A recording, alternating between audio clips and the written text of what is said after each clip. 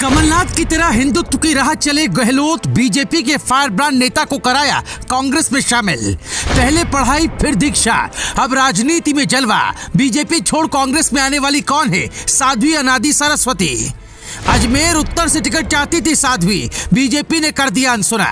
BJP का गढ़ है अजमेर उत्तर सीट, क्या कांग्रेस इस बार लगा पाएगी सेंध?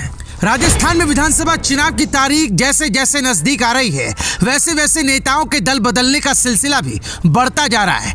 टिकट न मिलने से असंतुष्ट नेता दूसरे दल का दामन थाम रहे हैं। इस बीच खबर आई कि बीजेपी से जुड़ी साध्वी अनादि सरस्वती ने कांग्रेस का दामन थाम लिया है। मुख्यमंत्री अशोक गहलोत, पीसीसी चीफ गोविंद सिंह डोटासरा और राजस्थान प्रभारी सुखजिंदर सिंह रंधावा की मौजूदगी में साध्वी ने कांग्रेस ज्वाइन की। अनादि सरस्वती इससे पहले अजमेर उत्तर सीट से वासुदेव देवनानी की जगह टिकट की मांग कर रही थी, लेकिन बीजेपी ने उन्हें तवज्जो नहीं दी। इसके बाद अनादि सरस्वती ने बीजेपी का साथ छोड़ते हुए कांग्रेस का दामन थाम लिया। कयास लगाए जा रहे हैं कि अब अनादि सरस्वती को कांग्रेस अजमेर उत्तर सीट से देवनानी के खिलाफ चुनावी मैदान में उतार सकती है। आइए आपको इस वीडियो में समझाते हैं कौन है साध्वी अनादि सरस्वती और अजमेर उत्तर सीट बीजेपी के लिए क्यों है इतनी इंपॉर्टेंट। दरअसल साध्वी अनादि सरस्वती अजमेर की निवासी हैं और उन्होंने समाजशास्त्र विषय में एमए की पढ़ाई की है। अपनी पढ़ाई पूरी करने के बाद उनका इंटरेस्ट अध्यात्म की तरफ चला गया। उन्होंने पतंजलि योग दर्शन, भागवत गीता और वेदांत का भी अध्ययन किया। 2008 में साध्वी ने प्रेमानंद सरस्वती से महानिर्वाण अखाड़े की परंपरा के अनुसार दीक्षा ली। आपको बता दें कि साध्वी अनादि सरस्वती सोशल मीडिया पर काफी एक्टिव रहती है, इसके कारण उनके काफी फॉलोअर्स भी है। साध्वी अनादि सरस्वती चिति संधान योग नाम की एक संस्था चलाती है। इस संस्था के जरिए अपनी आध्यात्मिक विचारधाराओं का प्रचार प्रसार करती है।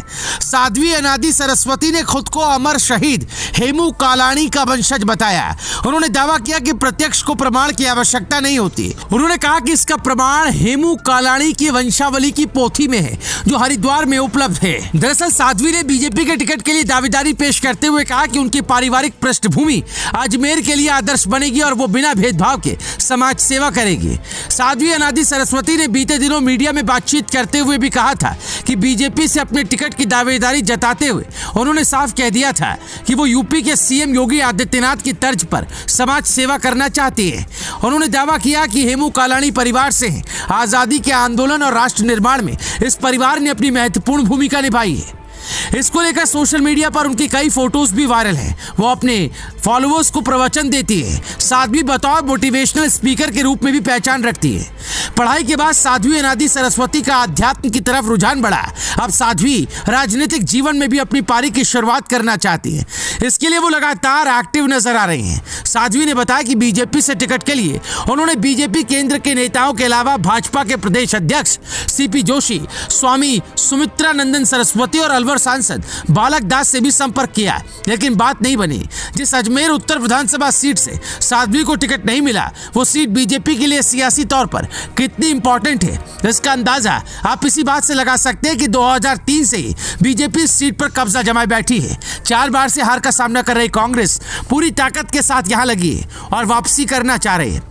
पिछले विधानसभा चुनाव में यहां से भाजपा प्रत्याशी वासुदेव देवनानी ने कांग्रेस के महेंद्र सिंह रलावता को 8,630 मतों से हराया था। देवनानी को 67,881 वोट मिले थे, जबकि महेंद्र सिंह को कुल 59,251 मत प्राप्त हुए थे। 2003 से ही वासुदेव देवनानी इस सीट से विधायक हैं। आपको क्या लगता है, क्या इस बार कांग्रेस अजमेर उत्तर की सीट पर सेंध लगा पाने में कामयाब हो पाएगी? क्या साध्वी कांग्रेस की हसरत को पूरा कर पाएंगी? आप अपनी राय हमें कमेंट में जरूर बताएं। Bureau report, news live TV.